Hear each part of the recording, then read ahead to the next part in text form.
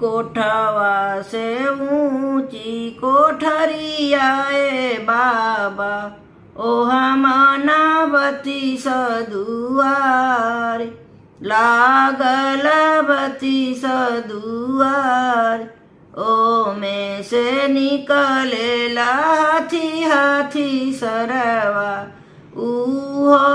बच्चा समेत उहो बच्चा समेत हमरो जे बेटा बाबा ललचिहवा मांगेला हथिया दहेज हमरो दुल्हा के बाबा हम ललचिहवा मांगेला हथिया दहेज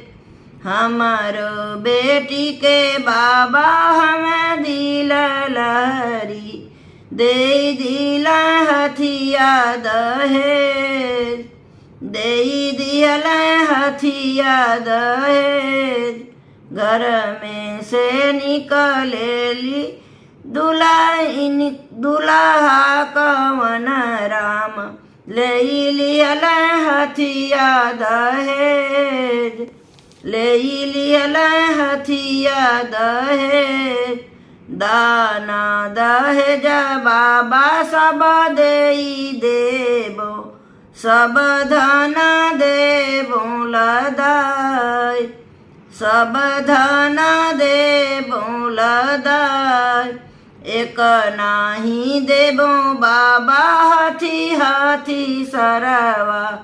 हथिया जे दलक सिंगार हथिया जे दलक सिंगार एक नाही देबो पापा हाथी हाथी सरवा हथिया जे दलक सिंगार हथिया जे दलक सिंगार एक नाही देबो चाचा हाथी हाथी सरवा हथिया जे दलक सिंगार हथिया जे दलक सिंगार एक नाही देबो भैया हाथी हाथी सरवा हथिया जे दलक सिंगार हथिया जे दलक सिंगार